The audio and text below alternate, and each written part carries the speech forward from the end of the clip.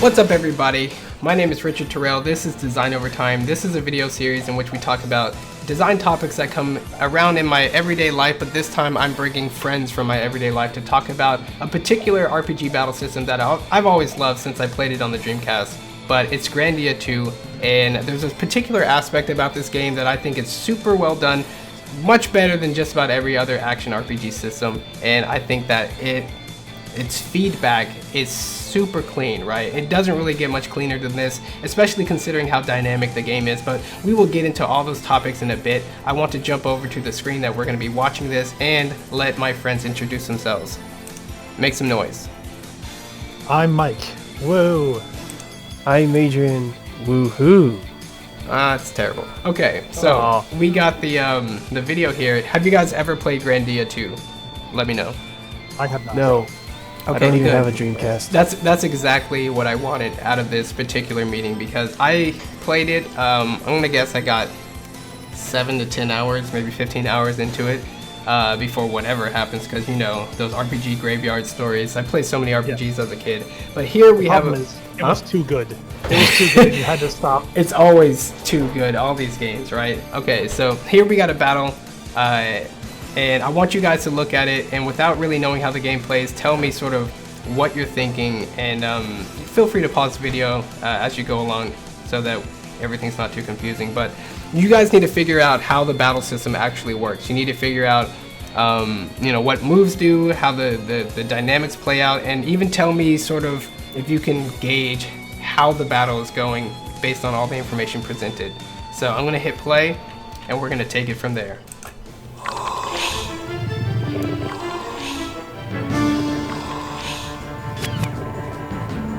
Out in the top. Action, you can target different parts of the body.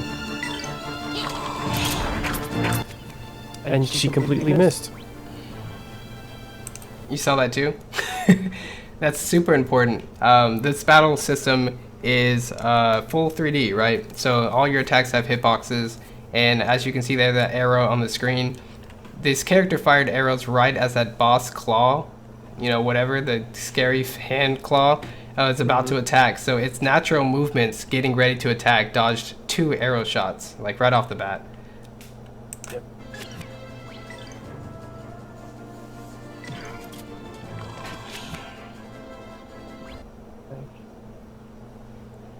All right, so let's look at the interface a little bit.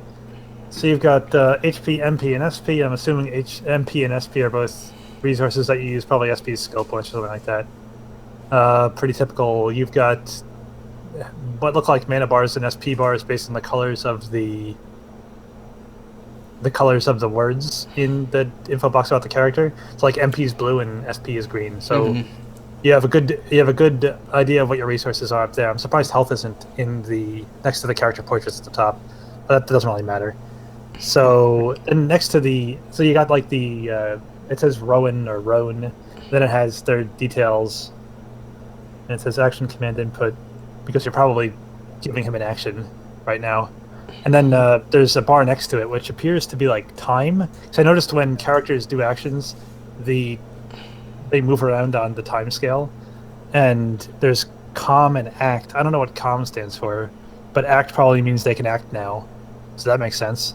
And I'm guessing over time they slowly move from left to right, which I think seems to be what's happening. And when they act, they then get reset to somewhere further back on the scale there, so further to the left. So the time progresses from left to right, which is a typical metaphor for time, and that's pretty clear. Looks like it's like a radial menu system. That doesn't really matter that much, but the way they did the interface stuff is relatively clear and easy to grok at, and not like just quickly, which is great. And the way they chose to do the timing stuff makes a lot of sense. The fact that they used a spatial metaphor for time here instead of just like putting dudes in an order. So I've seen a lot of games that just put dudes in an order, and then you're like, well, how much time is actually between my action and that guy's action? I know that there's somebody else in between them, but I don't know how much time is there. And in systems like this, and this system looks like actions do take time to execute. They're not like instantaneous once your turn comes up. Yeah, So hit play and we'll see a little bit of that. Yeah, but the point I'm trying to make is that like having it on a spatial continuum like that from left to right, and having things set out very clearly gives you all the information you need. Like, it leaves nothing out of the timing information, which is fantastic and good interface design. Mm-hmm. All right, let's watch some more.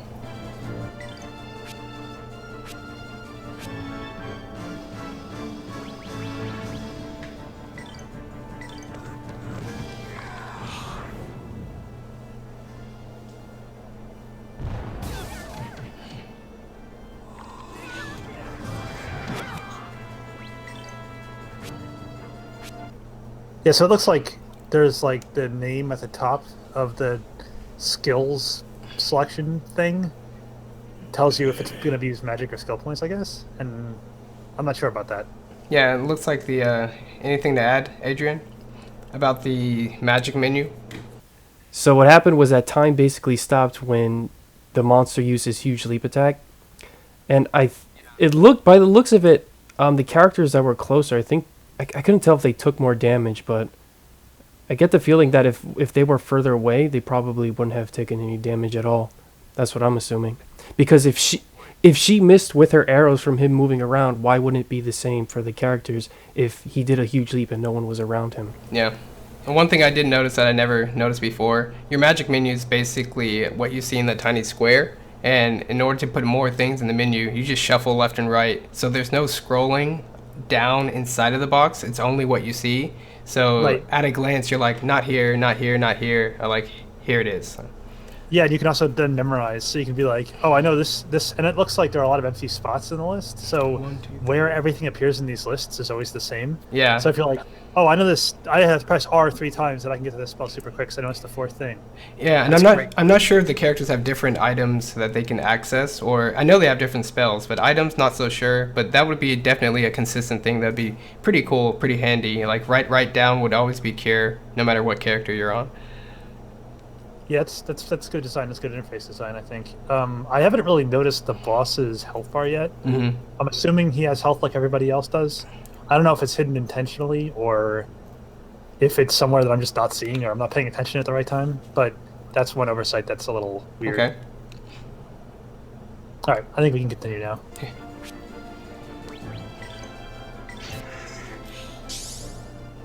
This should help.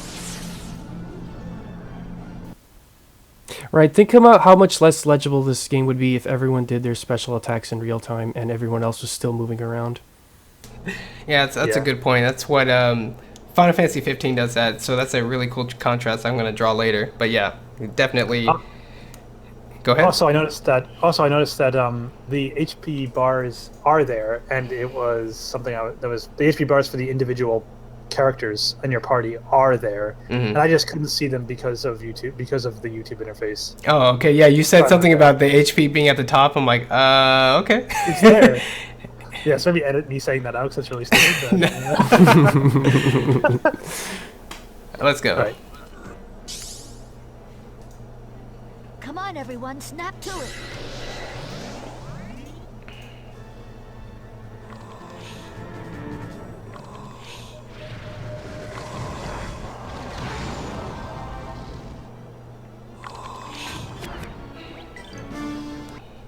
So I think I figured it out. Okay, COM stands for command, and then ACT is when they actually do it. There we go. That's what I was about to say. And It didn't take us long to figure that out. one thing I noticed that they do with the light bars that I like, when you take a hit, it's red health and then it disappears, so you can see how much health did I have before the hit and how much health do I have now. Super important. It's not just about how much health you have now, it's how much you lost, so you can gauge damage over time a little better. Relative rates are very important in games like this.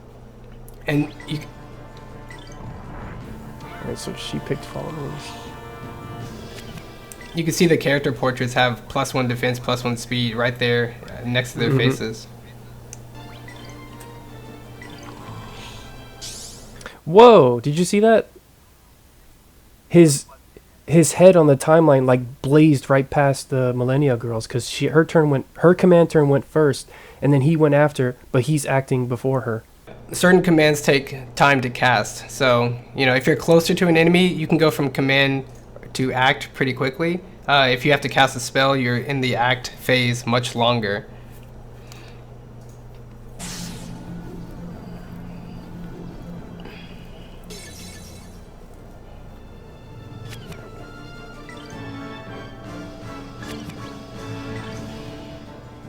Oh, is that his health? He's got 8,000 health. He's got 4 parts, and its main body has 8,000 health. Its 2 claws have 2,000 health, and I think its face has 5,000 health.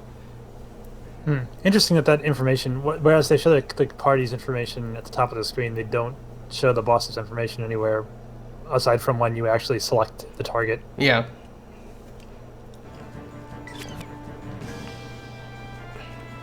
I don't even think they need the party health at the top of the screen, since your actions pause the game anyway when you need to make a decision. And there she goes, dude. You guys ready for some anime? This is my way of thanking you. Sailor Moon. Oh, you weren't kidding when you said anime. Like, that was 2D.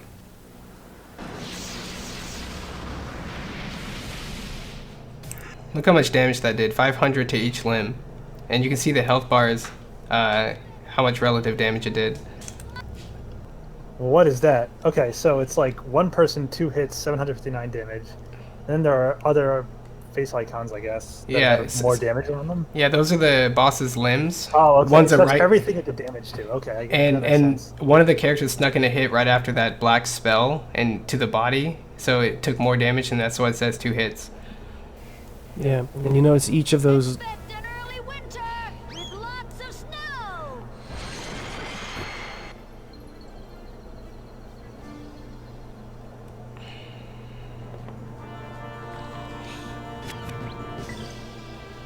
So you can see there that it did the most damage to, I think, left claw with that snow attack. It must be weak to ice. Yeah. Another thing is that each of the body parts has its own turn that it can do, and you can see it on the top side of the bar. So my other guess is that the players' characters are on the bottom, enemies are on the top side of that bar, which makes it easy to read. Instead of having them all in the same column. Oh, this was a couple seconds ago, but what was that cancel thing that came up? That's the most important part of this entire battle system, I think. But look, I want you to figure it out for yourself, and you can keep playing it because it's going to happen more.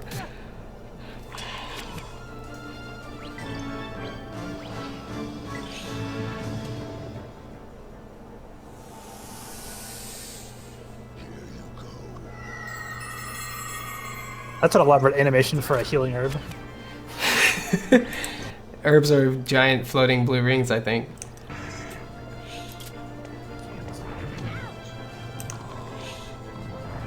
Expect an early winter with lots of snow.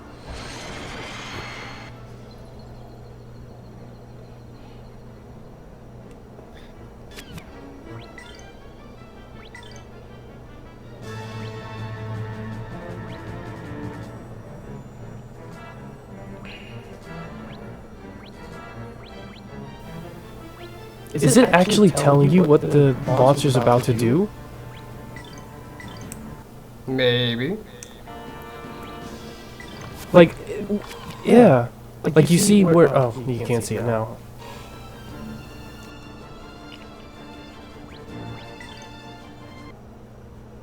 Action burn. So the head is about to burn, perhaps?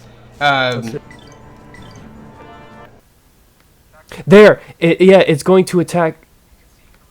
Yeah, that's what I... Yeah, so if I'm paying attention to that claw, Volmer's tongue, what's this icon? I can't see it. It's the body icon. It's like the...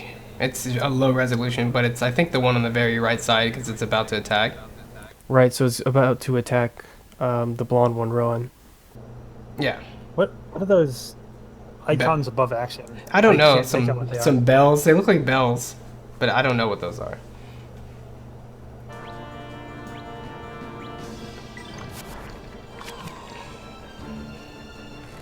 You see that expert dodge, that sway? Sky, take flight! This animation looks weird. It's supposed to lift enemies up into the sky, but because it's a giant crab.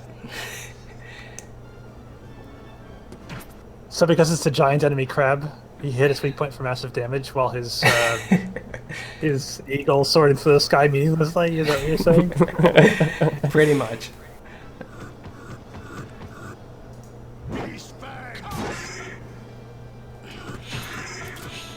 So now you see them focus firing on the red claw, the left claw. So it looks like if you wait until a bunch of your guys can move and you all attack the same thing, you get a combo. I don't know if that actually does anything now. Yeah, I don't know if it does more damage.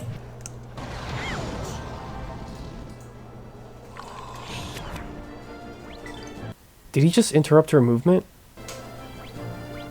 Did you see her head slide down? Well, it looked like she was running the complete other way, and then she just stopped and turned around after she got lit on fire. And there's that cancel again.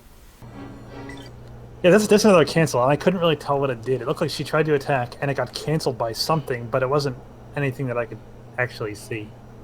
Adrian, It's did you like- catch what was happening there? I don't know, I think... Yeah, because he had already put in a command, but because she got hit the way she did, it interrupted her command, and it looked like her turn went by without her doing anything. Yep. Oh. Oh my god. So every unit in this game has a command to action moment, and that's right before they strike.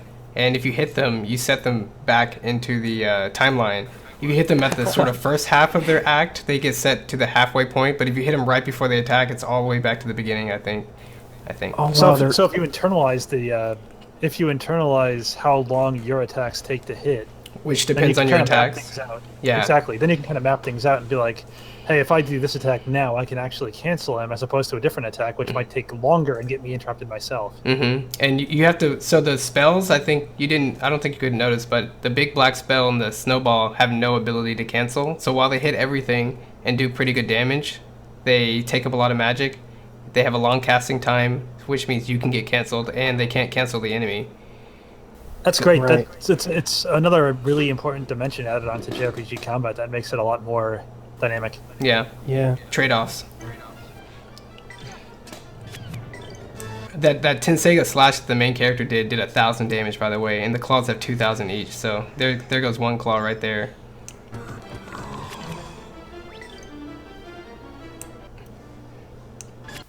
Yeah, no, I just noticed something else too.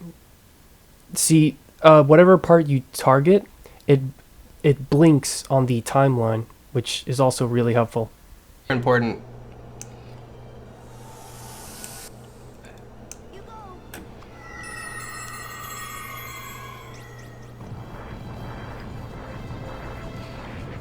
Wow, that's some powerful herb. It heals them for like a third of their health. Yeah, I didn't think that the herbs applied to multiple characters, but he must have like a thing, maybe.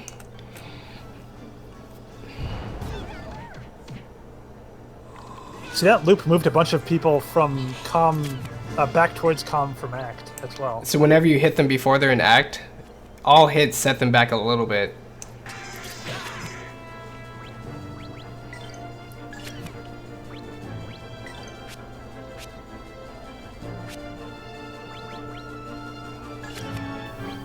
He has a move called WoW. Wasn't fast enough to cancel this burn. Nope. So that lion guy just went to defense, and that actually, when you go into defense, it sets your timeline back to the halfway point instead of all the way back to the end, and that's why the lion is able to do this move right here and erase to cancel this incoming attack. Oh, yep, he just cut off his attack right there. That's so cool. You can do interrupts.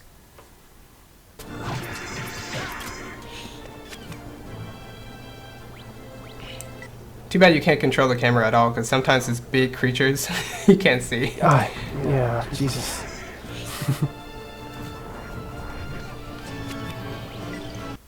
The Sega Dreamcast didn't have a second analog stick, or No. Wait, wow? no? Oh my god.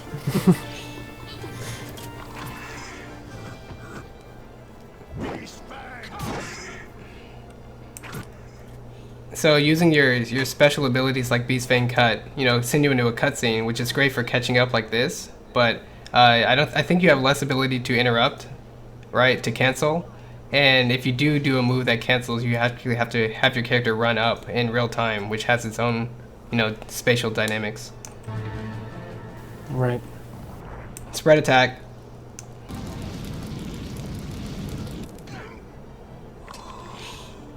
And it didn't hit the character who is closest to him. It hit the lion and the Ryudo black-haired dude.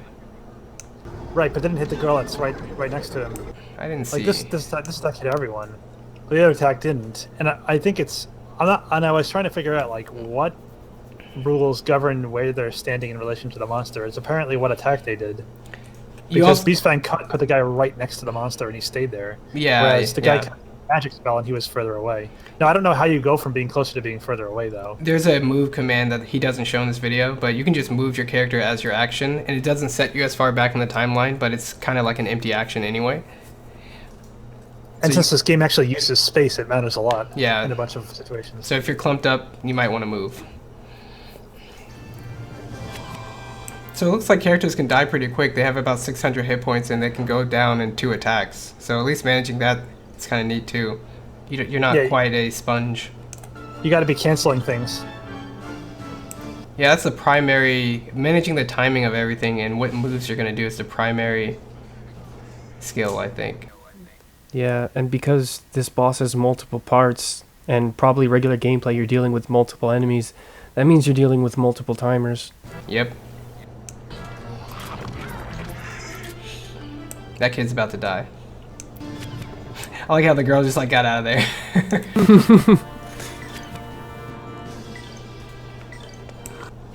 You can imagine what this kind of game would be like with super hot slow motion design, where everything's still kind of moving in slow motion, so you're never quite at rest. There you go, all better. You know, if this was Final Fantasy 15 and it played more like this, that means you'd actually have control of all the characters and what they're doing, instead of just them being automated.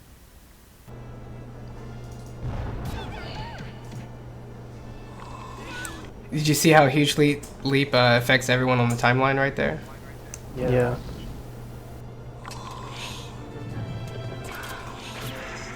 Because the boss used a fire spell, it didn't actually cancel Ryudo's attack, I don't think. Ryudo's going for a normal attack to try to interrupt, but he's going to be too quick. The beast can probably do it.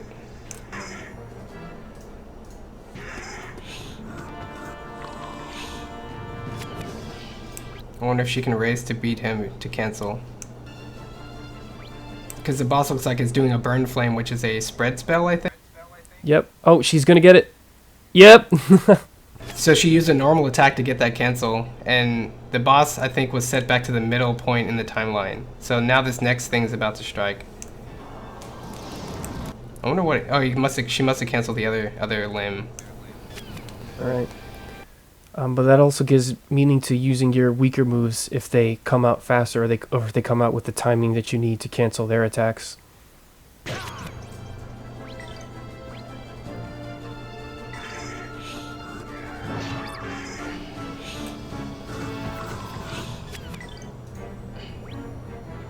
Since she has a crossbow, she can shoot pretty much where she stands. So she pushed back the timer of the head a little bit, but it's still at the comm area.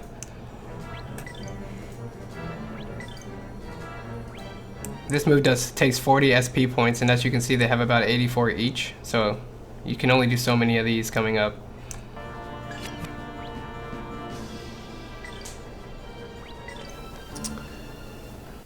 What does SP stand for? Special points? I don't know. Okay.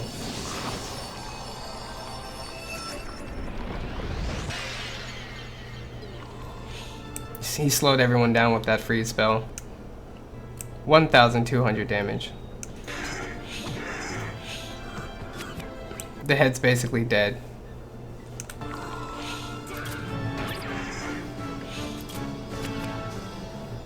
And now that it's a 4v1, you'll see a lot more cancels. Right, like everyone just attack instead of using specials. Like, yeah, let's go. But see how, okay, so right there, little weak boy Roan ran up and hit him with normal attack, and then another character hit him, but they were all too weak to stop it from to cancel the action of the enemy until Beast Boy, came up and actually hit it with a strong attack. So even to cancel a move in the acting phase, I think you need to do enough damage. I think that's it. What a nice advantage to have when it's like the battle's nearly over. Just kind of like kill him. Don't even let him move. Yeah. Yeah, well, and even make sure that the dramatic element of the battle is the longest part of the battle, and the cleanup phase is relatively short. Yeah, I think that the rest of the battle plays out like this. So you can just, you know, ending thoughts, and we'll wrap this video up. Yeah, there are some, I guess, status effect texts that go by really fast and can be kind of hard to tell. But if you have any kind of orientation with what the spells are, you don't even need that really, so it's not a problem. Yeah. But it's really good that they made that huge icon and have cancel on the screen when you cancel things to call out a very important thing that you have to do. Yeah, to me that and the way the timeline works is the coolest part of this game. Just being able to interrupt them like that. Yeah, just adding just a little bit of basically hit stun or a little bit of interrupt into the system just makes it so much more dynamic. I mean, it really helps play up the space and the timing. So like every dynamic that you add into a dynamic system like this goes a long way. So it's so surprising that some games just don't have enough. Right, because as you add new dimensions to the gameplay, you end up multiplying the complexity of it instead of just adding. Because you can now allow each of those elements to interact with each of the other elements and the new one.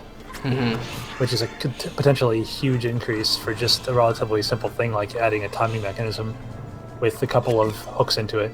Yeah, that's why we always say these dynamics are super important. They do a lot of work. Space, time, those are the big common ones, but just adding one more, it really shapes your gameplay. And that's what I wanted to point out on yesterday's video with 2048. It's got the space worked out, and then it just adds two simple little rules. One little random spawn roll and the tile shifting, and it does a lot with that. Yeah. My dad really likes that 2048 game.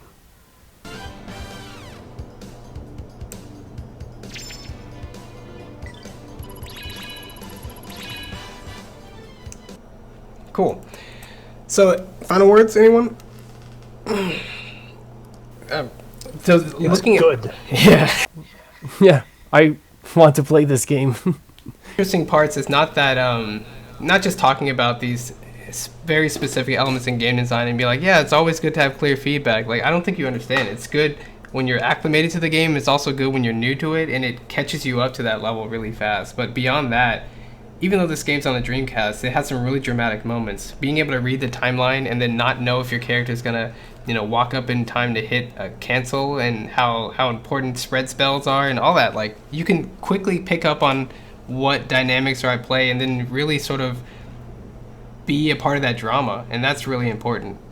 I'm still not sure about movement though. It seems like when you attack, your characters move to different places. 'Cause I saw some melee attacks, they'd run up, hit the thing, then they'd like run to a different position that it didn't. I don't know if he was giving inputs to specify that position at any point, but that was like the one ambiguous thing to me. Like, how do they decide where to go after an attack? Yeah. Yep. Yeah, too bad I don't know too much. I just know you can move with a command, and they advise like sometimes the best thing for you to do is just move out of the way. And since it's only focused on moving, other characters can miss their attacks if they're too slow or not. They don't have a wide enough hitbox. That's pretty cool. But yeah, we're gonna discuss a lot more of this in the future. Let me click over to this main webcam.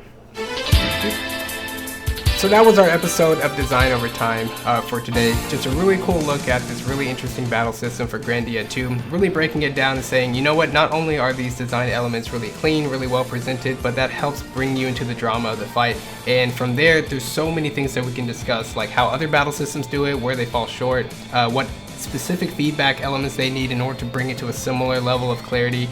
Just looking at really good examples like this set the foundation and the bar at the same time, the foundation and the bar for what good game design is and what it feels like, what it is actually like to sit there and experience the same interesting set pieces and dramatic moments that you see inside of the game fiction. So that was our episode. Leave a comment down below, and every one of my friends say bye to the cast on the video.